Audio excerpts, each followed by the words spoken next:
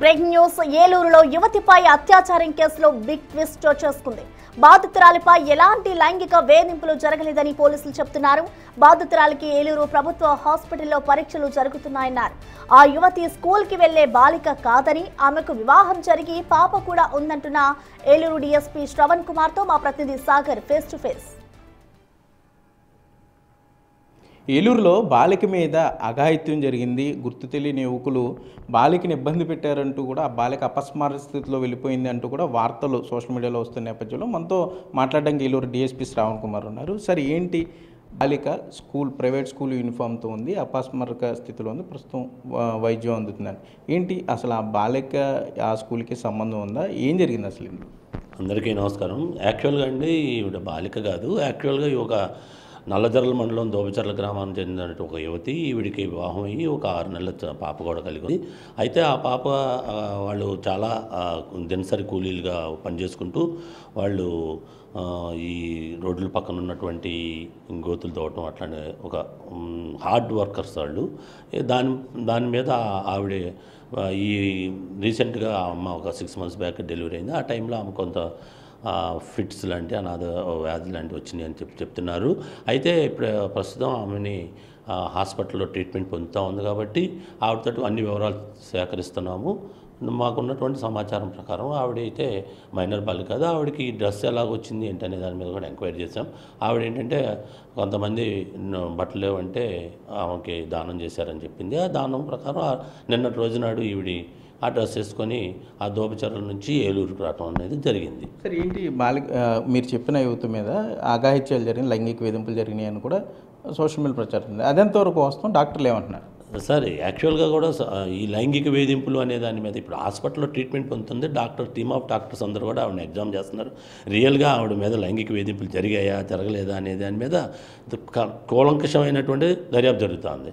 అయితే ఏంటంటే ఆవిడ మాత్రం నిన్న సాయంత్రం 6 o'clockకి మన ఏలూరు పవర్పేట రైల్వే స్టేషన్ ఎదుర్కొన్నటువంటి ఒక మద్యం దుకాణం దగ్గరికి వెళ్ళి అక్కడ ఒక మద్యం తీసుకొని కొంత దూరం నడుచుకుంటూ వెళ్ళి సేవించడం అనేది జరిగింది. ఈ లోపల మేము సీసీ కెమెరాలు ఆవిడ టైం లైన్ అంతా కూడా మేము చెక్ చేస్తున్నామండి.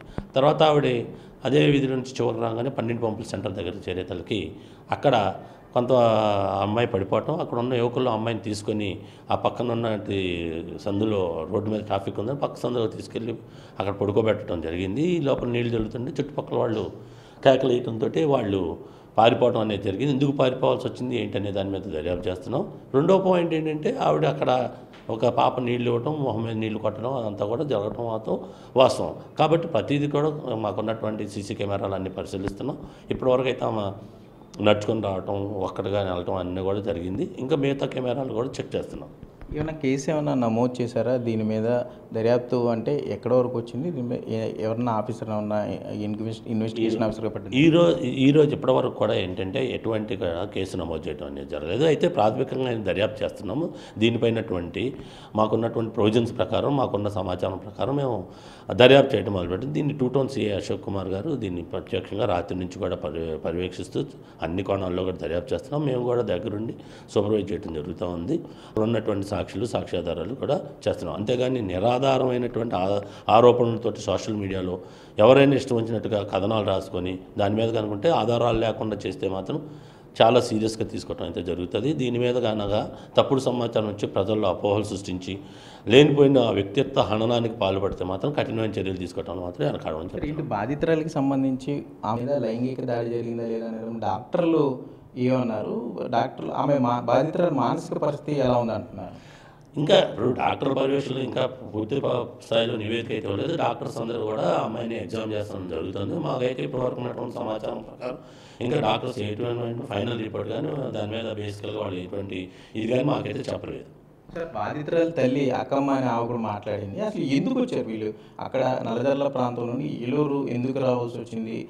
తన తల్లిని వదిలిపెట్టి బిడ్డను వదిలిపెట్టి ఆమె ఎందుకు వెళ్లాల్సి వచ్చింది? అంత దూరం ఎందుకు వెళ్ళాల్సి? సార్, బాధితురాలతో మాట్లాడినప్పుడు కావాలంటే మీరు కూడా మా దగ్గర కూడా వెళ్ళింది. ఆ తల్లితో మాట్లాడినా ఆమెకి ఇట్లాగా అనారోగ్యం గురైందని చెప్పి గతంలో కూడా ఈ అమ్మాయి ఎట్లానే ఇంట్లో చెప్పకుండా కాకినాడ వెళ్ళిపోతాం, అక్కడ నుండి మాట ఫోన్ చేసి వీళ్ళు పిలిపించుకోవడం, ఆమెకు కొద్దిగా స్టేబుల్ అయిన తర్వాత పిలిపించుకోవడం అనేది జరుగుతుంది అని చెప్పేసి మాకు ఆవిడ స్టేట్మెంట్ ఇవ్వడం కూడా జరిగింది.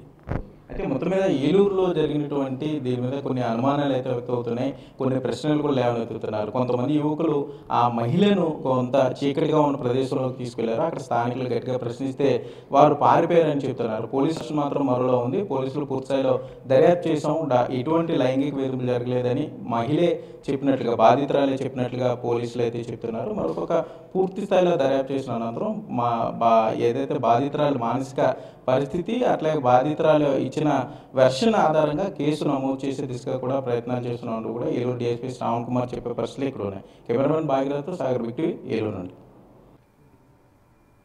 ఇక తన కుమార్తెకు ఫిట్స్ ఉందని, గతంలో కూడా ఇలాగే కాకినాడకు వెళ్ళిందని బాధితురాలి తల్లి అక్కమ్మ చెబుతోంది. తనకు స్కూల్ యూనిఫామ్ ఎవరిచ్చారో తెలియదంటున్నారు.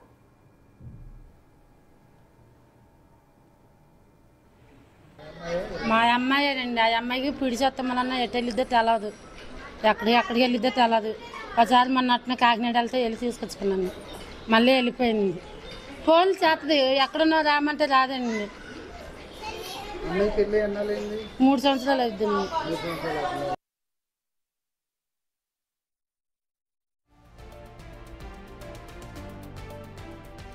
బాధితురాలి ఒంటిపై స్కూల్ యూనిఫామ్ ఉండడంతో ఏలూరు డీఈఓ ప్రభుత్వ హాస్పిటల్కు చేరుకున్నారు. వైద్యులతో మాట్లాడి వివరాలు తెలుసుకున్నారు. యువతి ధరించింది స్కూల్ డ్రెస్ కాదని క్లారిటీ ఇచ్చారు.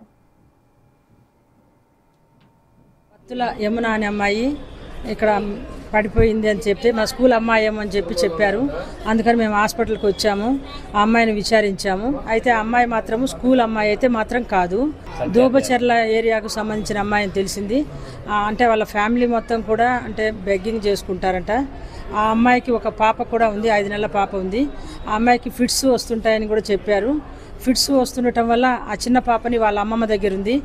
చిన్న పాప అయితే వాళ్ళ అమ్మమ్మ వాళ్ళ దగ్గర బాగానే ఉన్నారు. ఈ అమ్మాయికి అయితే మాత్రం ఫిట్స్ వస్తుంటాయంట. ఈ అమ్మాయిని వాళ్ళ తల్లిదండ్రులకు కూడా చెప్పకుండా ఇక్కడికి వచ్చేసిందని చెప్పి వాళ్ళ తల్లిదండ్రులు చెప్తున్నారు. ఈ అమ్మాయి వేసుకున్న యూనిఫామ్ అయితే మన స్కూల్ యూనిఫామ్ కాదు, స్కూల్ యూనిఫామ్ అనుకొని స్కూల్ పాప అని చెప్పారు. ఖచ్చితంగా అమ్మాయి అయితే మాత్రం 19 సంవత్సరాల వయసు ఉందంట. 3 సంవత్సరాల కిందట మ్యారేజ్ అయింది, ఓ పాప కూడా ఉంది. ఆ అమ్మాయి అయితే స్కూల్ అమ్మాయి కాదు. దీని గురించి మన చైల్డ్ ప్రొటెక్షన్ ఆఫీసర్ వాళ్ళు కూడాను పర్యవేక్షిస్తున్నారు. వాళ్ళ కంట్రోల్లో ఉంది. చిన్న పాప అందరూ కూడా వాళ్ళ కంట్రోల్ ఉన్నారు. ఈ అమ్మాయి మాత్రం ఇంకా పూర్తిగా స్పృహలోకి రాలేదు. మనం అడిగిన మాటలు కొంచెం